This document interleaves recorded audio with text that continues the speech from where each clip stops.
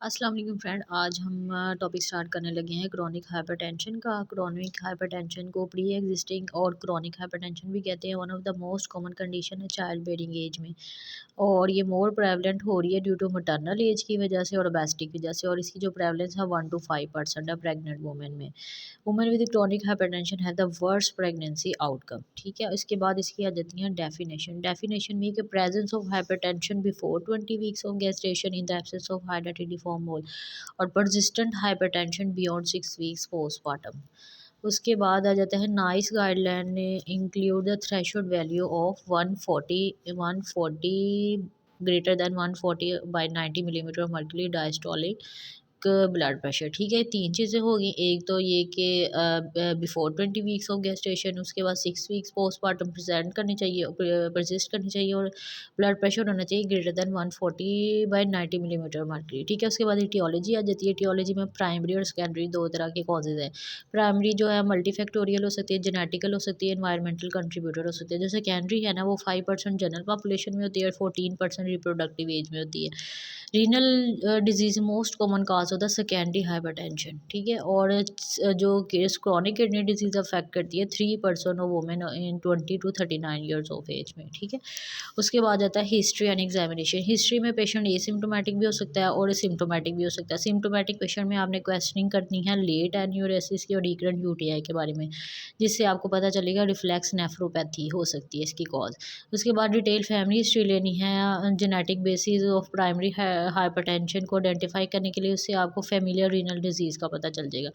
paroxysmal और severe hypertension associated with headache, sweating और palpitation, तो इससे फ्यू क्रोमोसाइटोमा को इंडिकेट करता है।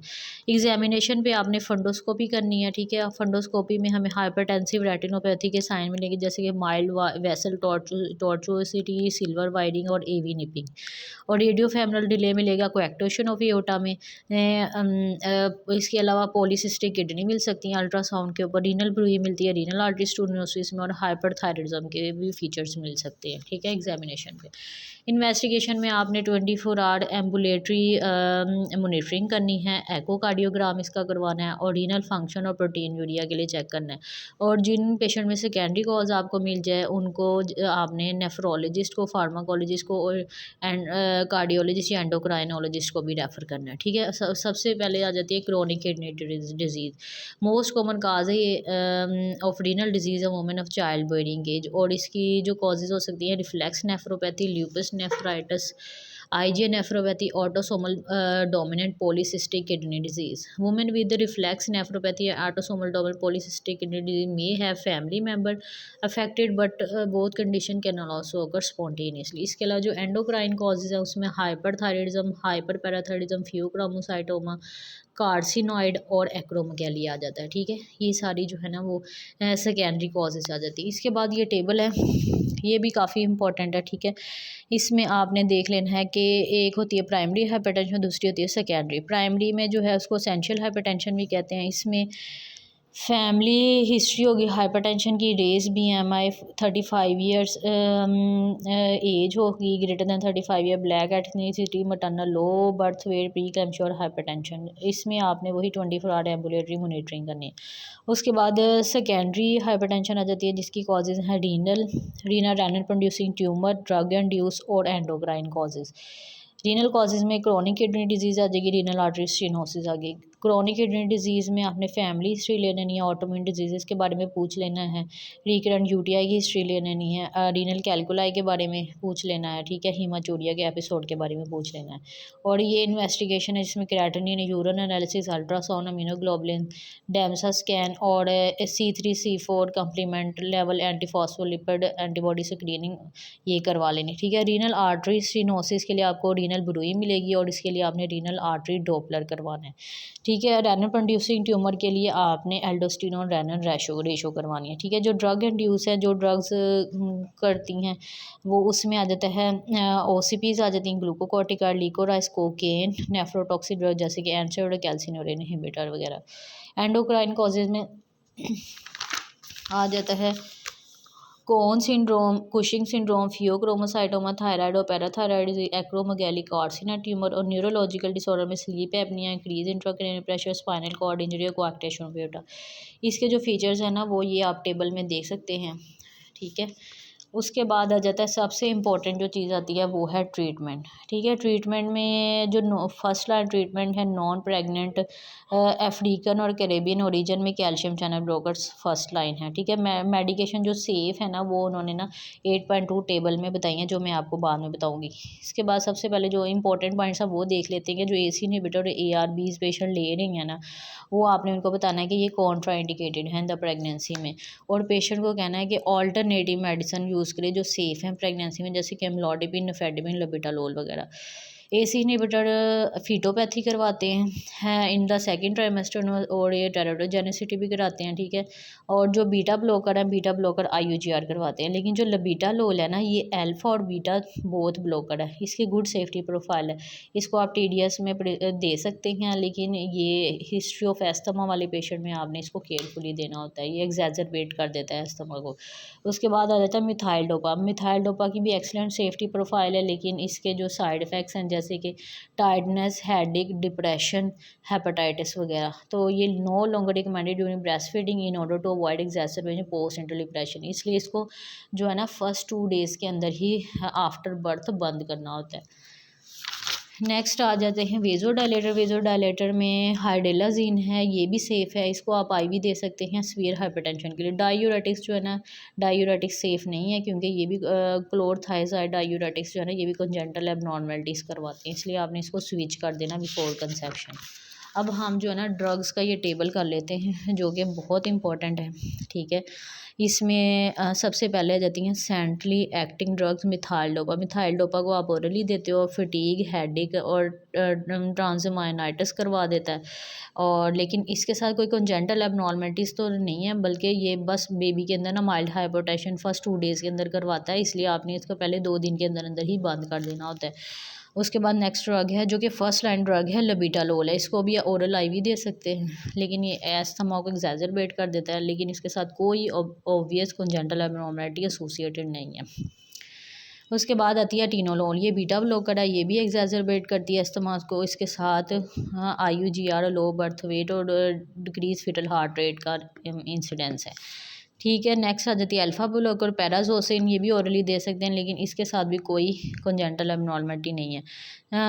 ये सेकंड लाइन ड्रग्स हैं, जिसमें आ जाता है calcium channel blocker, nifedipine, amlodipine, verapamil, ये ओरली IV देते हैं। हेडेक और एंकल एडिमा की है प्रॉब्लम, लेकिन इनके साथ कोई कंजेंटल एबनॉर्मलिटीज़ नहीं है। नेक्स्ट आती हैं diuretics.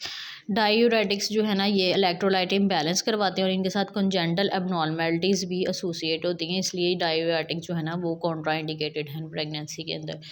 Next vasodilator, hydralazine diazoxide. Hydralazine हम दे सकते हैं सीवियर हाइपरटेंशन के लिए, क्योंकि इसके साथ कोई कंजेंटल एबनॉर्मलिटीज़ नहीं है, लेकिन डाइऑक्साइड के साथ जो है ना न्यूट्रल हाइपोग्लाइसीमिया। यानी इस पूरे टेबल के अंदर जो इंपॉर्टेंट चीज़ें हैं वो ये है कि फर्स्ट लाइन आपकी जो है ना लबीटालोल है, जो लेकिन ये एस्थमेटिक पेशेंट में आपने नहीं देनी। सेकंड लाइन हमारी जो ड्रग्स है वो कैल्शियम चैनल ब्लॉकर है, नफेडिपिन, एमलोडिपिन, वेरापेमिल है, ठीक है। हेडेक और एंकल एडिमा कराते हैं, लेकिन इनके साथ कोई कंजेंटल एबनॉर्मलिटीज़ नहीं है। थर्ड लाइन फिर हमारी मिथाइल डोपा आ जाती है, ठीक है। उसकी साइड इफ़ेक्ट्स ज़रूर हैं, लेकिन जो है ना वो कंजेंटल एबनॉर्मलिटी नहीं करवाती। बस ये 3 चीज़ें याद करने वाली हैं, बाकी AC इनहिबिटर्स, डायूरेटिक्स, ये सारे जो है ना पेशेंट को प्रेगनेंसी में कहना कि ये सारे जो है ना वो अल्टरनेटिव ड्रग्स यूज़ करें। उसके बाद जो प्री प्रेगनेंसी असेसमेंट और काउंसलिंग है ना वो असेंशियल है all women with chronic hypertension के लिए, ताकि हम उनका जो है ना ऑप्टिमाइज़ कर दें उनकी हाइपरटेंशन को, और स्विच कर दें टेराटोजेनिक मेडिकेशन को। इन्फॉर्म हमने वुमेन को इन्फॉर्म कर देना कि इनकी ना पोटेंशियल कॉम्प्लिकेशंस हैं। लाइफस्टाइल अडेप्टेशन को, वेट लॉस का कहना है, अल्कोहल कंजप्शन को कम कर दे, सॉल्ट रिस्ट्रिक्शन कर दे, एक्सरसाइज ज़्यादा करे, और स्मोकिंग सेसेशन वगैरह करे, ठीक है। मैनेजमेंट जो हाइपरटेंशन की है ना नाइस गाइडलाइन ये कहती है कि treatment is given to keep the blood pressure lower than 150/100 और lower than 140/90 millimetre mercury if there is evidence of end organ damage. ठीक है, तो कुछ लोगों ने मुझे ये कहा था कि जो EBM वो ओल्ड बुक है, तो मैं इसलिए फिर मैंने इसके साथ साथ जो है ना वो नाइस गाइडलाइन जो लास्ट अपडेट हुई है 2023 में वो भी पढ़ी है। उसमें जो टारगेट जो एम उन्होंने BP का कहा है ना वो 135/85 है। ठीक है, तो ये आप थोड़ा सा जो है ना वो साथ में थोड़ी सी आप गाइडलाइन पढ़ लें, क्योंकि बुक के अंदर एडिशनल पॉइंट्स भी दिए होते हैं, वो भी हमने जाहिर सी बात है MCQ या दूसरे अपने नॉलेज के लिए देखने हैं, लेकिन गाइडलाइन आप लोग साथ साथ जो है ना वो पढ़ लें। There is association between low birth weight low diastolic, therefore treatment should be reduce diastolic blood pressure persistent less than 80 हो जाए तो आप इसको जो है ना वो स्टॉप कर दें। नेक्स्ट आ जाता है मटर्नल कॉम्प्लिकेशन। जो इंसिडेंस है सुपर इम्पोज प्री क्लैम्शिया का वुमन विद क्रॉनिक हाइपरटेंशन जो 1 in 5 है। ठीक है, तो आपने इन पेशेंट को 75 mg जो है ना एस्पिरिन ज़रूर देनी है। आपने प्रोटीन यूरिया के लिए असेसमेंट करते रहना है। इसके अलावा जो यूट्राइन आर्टरी डॉपलर है ना वो भी करवाना है। ठीक है, सुपर इम्पोज प्री क्लैम्शिया में भी difficult to distinguish from the physiological changes, but लेकिन अगर फॉलिंग साइन है तो हमें ज़रा अलार्मिंग साइन है, जैसे rapid rise in hypertension, new onset doubling of proteinuria और लैब पे low platelet count, raised liver enzyme और क्रिएटिनिन। तो इसका मतलब ये है कि क्रॉनिक हाइपरटेंशन है सुपर इम्पोज प्री क्लैम्शिया में चेंज हो रही है। टाइमिंग ऑफ डिलीवरी जो है ना ये same to same NICE guideline में ऐसे ही लिखा हुआ है कि do not offer the birth with chronic hypertension lower than 160/90 before 37 weeks. आप उसको ना रिकमेंड करें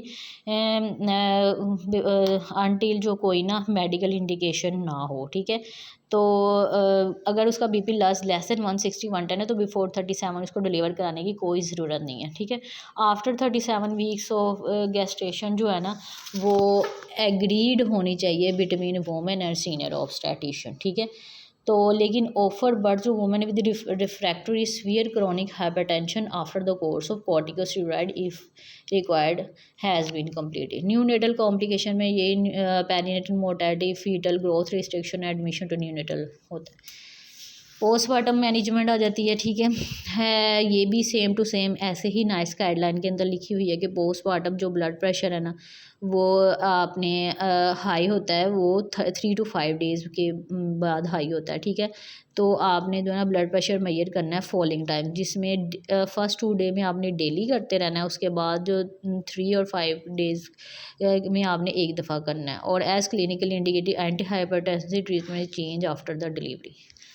उसके बाद आ जाता है कि woman with previously diagnose chronic hypertension can be discharge when their blood pressure is stable less than 140/90 और लेस दैन 150/90 विद ट्रीटमेंट। ठीक है, तो आप उसको discharge. Enalapril is good alternative for the woman with proteinuria associated with renal disease and it is only AC inhibitor ARB that has been investigated for excretion into the breast milk found only small amount में। Small amount में एक्सक्रीट होती है, इसलिए आपको breast feeding mother को दे सकते हैं। If the blood pressure remain persistently elevated after 6 weeks, monitor and investigate। फिर इसको आप अप्रोप्रिएटली इन्वेस्टिगेट करें। उसका 6 to 8 वीक्स पे जो है ना मेडिकल रिव्यू होना चाहिए पेशेंट का for the future pre pregnancy counselling के लिए। तो असेसमेंट इसके अलावा आपने फ्यूचर में कार्डियोवास्कुलर रिस्क के लिए कर लेनी है, जिसमें आप सीरम लिपिड करवाएं, फैमिली हिस्ट्री लें, स्मोकिंग की हिस्ट्री लें, क्योंकि 2 millimetre rise in blood pressure associated with 7% increase risk of mortality for the ischaemic heart disease and 10% increase risk of mortality from the stroke. ठीक है, वुमेन को ये भी कहना है कि वो ना स्टैटिन और fibrate should be stopped before और एट कंसेप्शन, क्योंकि ये भी सेफ नहीं है। It is recommended that estrogen containing OCP is avoided in women with hypertension due to their potential to exacerbate sodium retention and hypertension। ठीक है, तो ये OCPs भी नहीं लेनी पेशेंट ने, स्टैटिन्स और फाइब्राइड्स भी नहीं लेने, और बाकी जो है ना प्रेगनेंसी में AC इनहिबिटर और ARBs भी नहीं लेने। तो ये बाकी जो है ना ये सारी पोस्टमार्टम ट्रीटमेंट है। ठीक है, ये कुछ ड्रग्स हैं जो ब्रेस्ट फीडिंग में सेफ़ हैं, जैसे कि लबीटालोल है, ये आप TDS में दे सकते हो, ये भी स्मॉल अमाउंट में सिक्रीट होता है। और एटिनोलोल OD में हम दे सकते हैं, ये सेकेंड लाइन ड्रग यूज़ होती है। इसके अलावा कैल्शियम जो में नफेडिपिन, एमलोडिपिन, नफेडिपिन MR आ जाता है, BD OD और OD में यूज़ होता है, ये भी बहुत स्मॉल अमाउंट में सिक्रीट होती हैं, यानी ये दे सकते हैं। और AC इनहिबिटर जो है ना वो BD में यूज़ होता है। Can be use in breast feeding when previously on AC inhibitor first choice agent can not be use और कार्डिक और रीनल प्रोटेक्शन नीडेड। जब कार्डिक और रीनल प्रोटेक्शन नीडेड है ना तो हम एनालप्रिल उसको दे सकते हैं, ठीक है। ब्रेस्ट में भी ये भी लो कंसनट्रेशन में सिक्रीट होती है। चले ठीक है, थैंक यू सो मच।